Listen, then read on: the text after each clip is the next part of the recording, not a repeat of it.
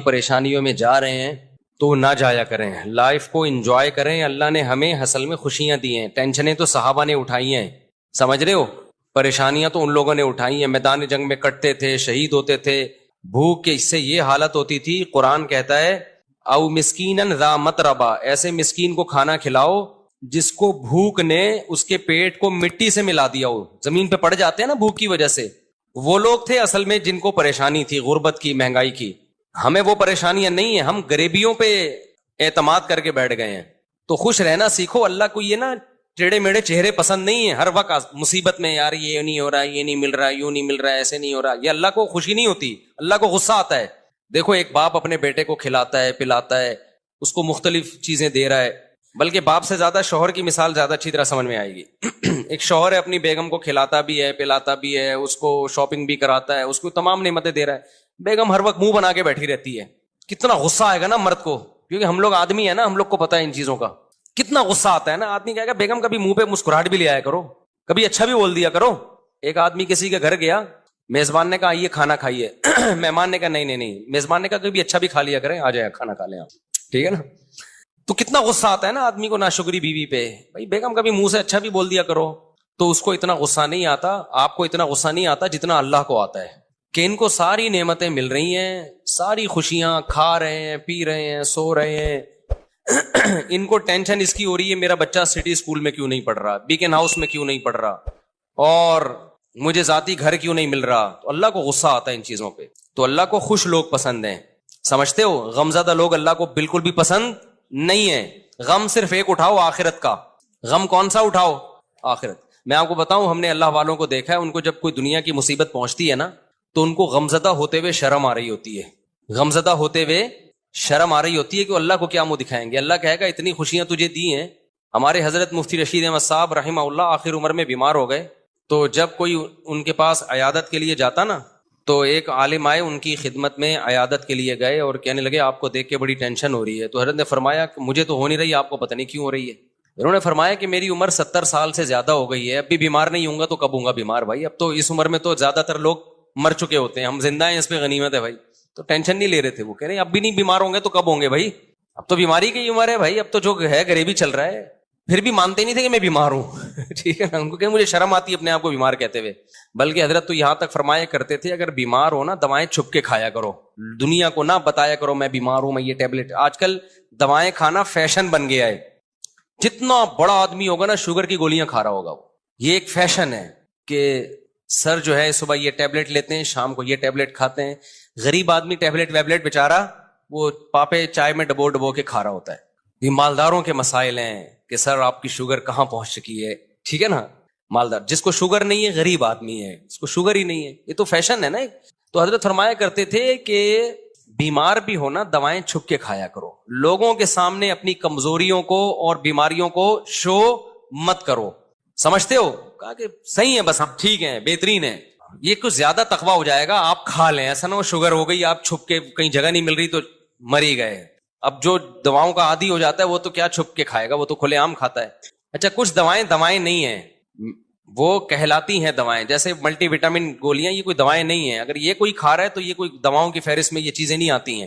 تو لیکن جو بیماریاں ہیں نا, جس کو لوگوں نے بیماریاں سمجھ رکھے ہیں, ان کو بیماریاں سمجھ لیا ہے, تو کوشش یہی کرو بھائی ہم صحت مند ہیں, ہم سب ٹھیک, سب کیا چل رہا ہے, اوکے کی رپورٹ چل رہی ہے. جب کوئی پوچھا کرے کیا حالات ہیں, بولو سب اوکے کی رپورٹ ہے.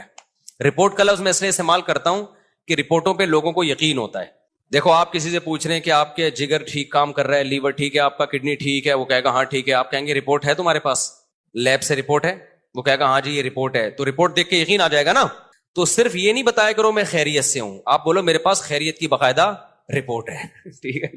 تو میں جب بھی کسی سے خیریت پوچھتا ہوں, میرے دوستوں کو پتا ہے کہ میں یہ نہیں پوچھتا آپ خیریت سے ہیں, میں کہتا ہوں سب اوکے کی رپورٹ ہے. وہ آگے سے جواب میں کہتے ہیں رپورٹ کیا ہے, اوکے کی. اس کا مطلب واقعی اوکے ہے, باقاعدہ رپورٹ ہے اس کے پاس. تو اللہ کا شکر ہے ہمارے پاس بھی رپورٹ کیا ہے, اوکے کی رپورٹ ہے. جب بھی کوئی مجھ سے, اور اللہ اوکے کی رپورٹ ہی رکھے بھائی, زیادہ شو بازیوں میں بھی نقصان ہوتا ہے. تو اللہ اوکے کی رپورٹ ہی رکھے, خوش ہی رکھے اللہ تعالی ہم سب کو. اچھا مجھے لوگ اب نہ تانے دینا شروع کر دیے لوگوں نے. پہلے جب میں بیان کرتا تھا نا اوکے کی رپورٹ ہے, 4 شادیاں 3 شادیاں, لوگ ایسے سنتے تھے ماشاءاللہ کتنا اچھا بیان. اب پتہ ہے کیا ہے, ابے اوکے کی رپورٹ تو ہوگی نا جب ریوو میں گھوم رہے ہیں, ہاں ہاں، جب پیسہ آ رہا ہے تو رپورٹیں کیا ہوں گی؟ اوکے کی ہوں گی نا.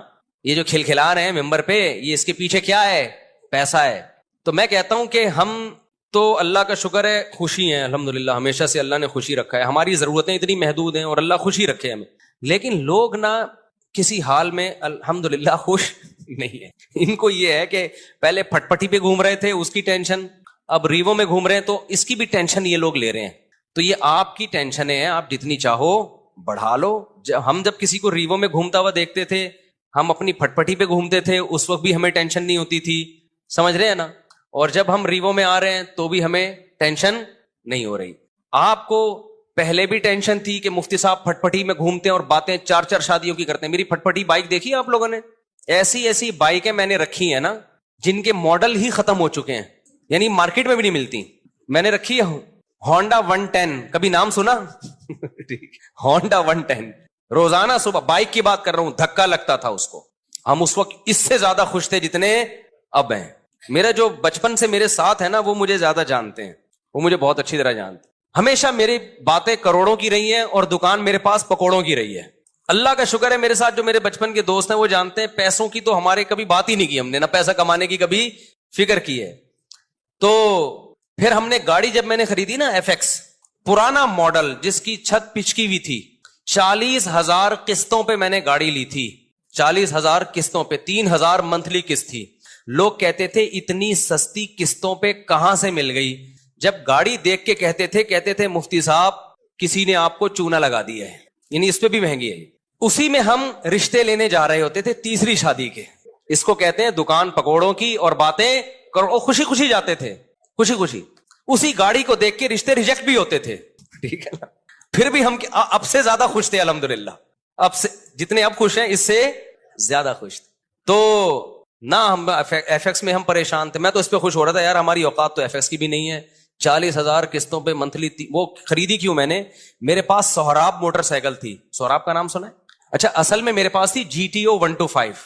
میرے والد صاحب کا جب انتقال ہوا نا، پیسے ملے، ہم نے کہا اب گاڑی ہلکی نہیں رکھے. ہمارے شوق ہمیشہ سے بادشاہوں والے رہے ہیں. اس وقت کراچی میں GTO 125 کاواساکی سے بہتر کوئی بائک نہیں ہوتی تھی. جو کراچی کے لوگ ہیں وہ جانتے ہیں، سب سے لگژری بائک یہی تھی. تو میں نے وہ خریدی تھی اور اس کو میں نے 20,000 کلومیٹر تک چلایا ہوگا کم از کم، کیونکہ 70 کلومیٹر تو جامعۃ الرشید آنے جانے کی ڈرائیو تھی میری نیول کالونی سے. ایسی لگژری بائک ہم نے رکھی ہوئی تھی. پیسہ بچاتے نہیں تھے ہم، اس کی ٹنکی میں ہی جو بھرنے میں پیسہ لگتا تھا. تو ہم نے ہمیشہ سے سوچا کیا ہے، اوپر ہی کا سوچا ہے. جس کو بچانے کی فکر ہوتی ہے نا، وہ مالدار بننے کا شوق ہوتا ہے، وہ ٹینشن لیتا ہے. ہمیں مالدار بننے کا شوق شروع سے الحمدللہ تھا ہی نہیں. ہم نے کہا جو ہے یار انجوائے کرو لائف کو، بیویاں بھی رکھو، بائکیں بھی رکھو، ٹھیک ہے نا، اور کھاؤ بھی اچھا. 3 چیزیں ہمیشہ سے خاندانی رکھنے کی کوشش کی ہے میں نے. ایک، شادی پہ خرچ کرو. دوسرا، خوراک ہمیشہ ٹائٹ ہے میری، ایسی خاندانی خوراک. بھائی زبان کی لذت جو ہے اس کا کوئی آلٹرنیٹ نہیں ہے. خوراک پہ کمپرومائز ہی نہیں کیا، ہمیشہ اچھا کھایا ہے الحمدللہ. میں کھاتا تھا نا مدرسے میں، جو طلبہ سمجھتے تھے بڑا ہی لینڈ لارڈ ہے، کوئی قرضے مانگ رہے ہوتے تھے مجھ سے، قرضے. اور جس وقت جس چیز کا دل چاہا کھا لیا. جتنے پیسے ہیں نا کھا لو بس، ٹھیک ہے نا، بچانے کے کیا کرنا ہے یار. تو ہم نے بائک رکھی ہوئی تھی. جب میں پیٹرول ڈالتا تھا اس میں ٹینکی بھرنے میں ٹائم لگتا تھا. لوگ دیتے پتہ نہیں کون لینڈ لارڈ ہے یہ، حالانکہ بس وہ پیٹرول ہی کے ٹوٹل پیسے ہیں. اب ختم، بچایا کچھ نہیں، کیونکہ ہمیں مالدار بننے کا بالکل بھی شوق نہیں تھا. اسی طرح پھر کیا ہوا ہے کہ جب وہ ابا کی وراثت ملی، ہم نے GTO 125 خریدی اور پیسے کاروبار میں لگا دیے کہ چلو جی منتھلی ارننگ ہوگی. وہ میں نے واقعہ کئی بار سنایا ہے. سارے پیسے کاروبار میں ڈوب گئے. لوگ الحمدللہ جس کو دیتا گیا وہ لے کے بھاگتے رہے الحمدللہ. اس کے پھر مجھے نتیجہ یہ نکلا کہ پراٹھے میں چھوڑ نہیں سکتا تھا تو بائک مجھے بیچنی پڑ گئی. سمجھ میں آ رہی ہے بات؟ اب خوراک میں اور بائک میں جب ٹکراؤ ہوگا تو بائک کو قربان کر دو، خوراک کو قربان مت کرو. اچھا، بچے بھی تھے گھر میں، ان کے بھی خرچے تھے. بائک بیچ کے ہم نے سستی بائک خریدی سہراب. اب پتہ نہیں آتی، اتوار بازار نہیں، ویسے پرانی. اب جب ہم نے سستی بائک خریدی اس کو لے کے ہم بھی گھومتے تھے. ہمارے دوست احباب بھی، مفتی صاحب بائک چاہیے تھوڑی دیر کے لیے، مل جائے گی، لے جا بھائی تو سستی بائک ہے، جو چاہے لے جائے اس کو. وہ کیا ہوا، اس کا لاک ہی نہیں تھا، اتنی سستی تھی. تو وہ بھی چوری ہو گئی اللہ کے فضل سے. ایک دن مسجد میں کوئی نمازی بھائی آئے، انہوں نے دیکھا کہ یہ لاوارث بائک ہے